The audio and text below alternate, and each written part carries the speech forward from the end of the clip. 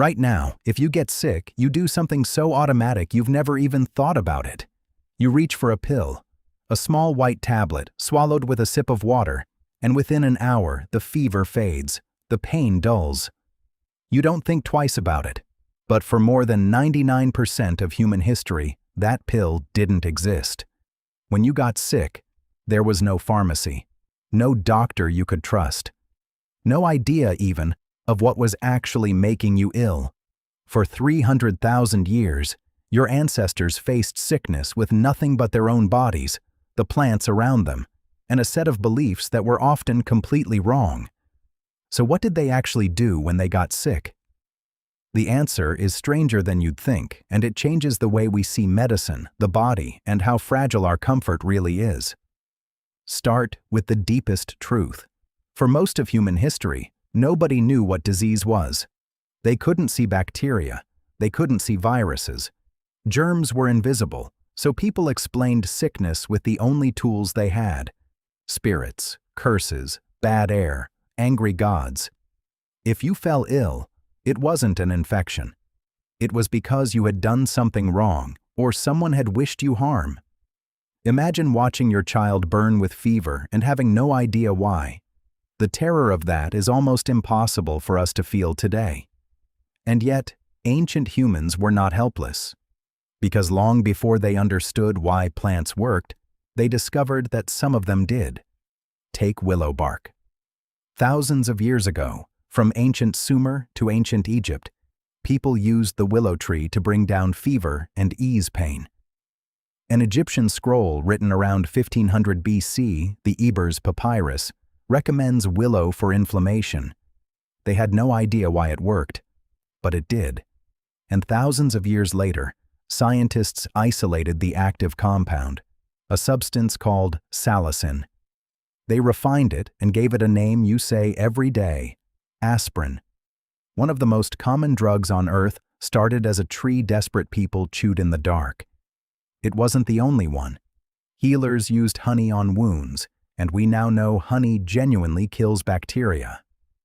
There are even accounts of healers placing mold on infected wounds, centuries before anyone understood why it helped, the same broad idea that would one day give us penicillin.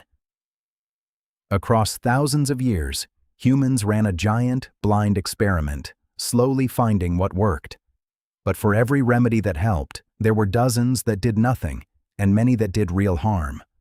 For over 2,000 years, the dominant theory of medicine was the four humors: blood, phlegm, yellow bile, and black bile. Sickness, the theory went, came from these fluids being out of balance. The cure was to rebalance them, usually by removing some. So for most of recorded history, the go-to treatment was bloodletting.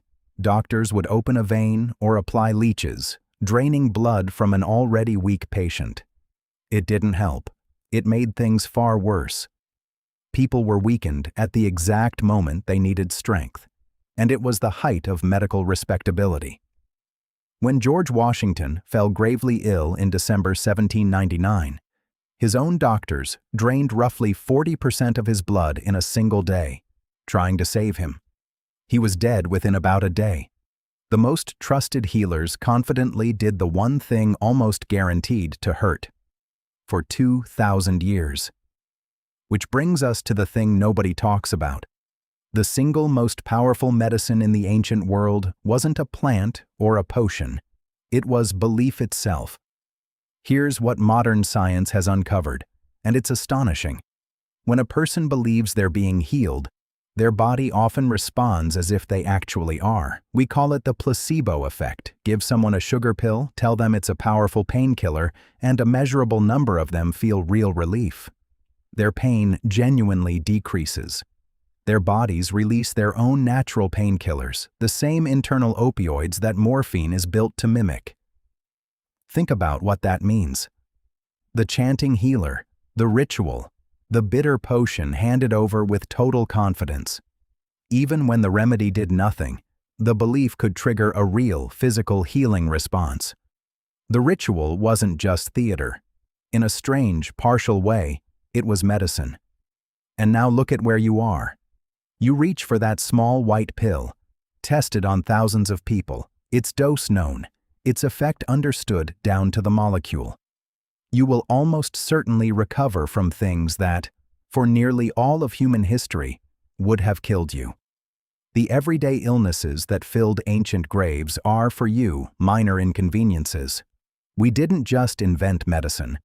We crossed a line that separates us from nearly every human who ever lived. For 300,000 years, your ancestors faced sickness with chants, with bark, with fear, and with hope. You get sick, reach for a pill, and barely look up. The miracle isn't that they survived. It's that, after all those thousands of years in the dark, we finally turned on the light, and most of us never even notice it's on.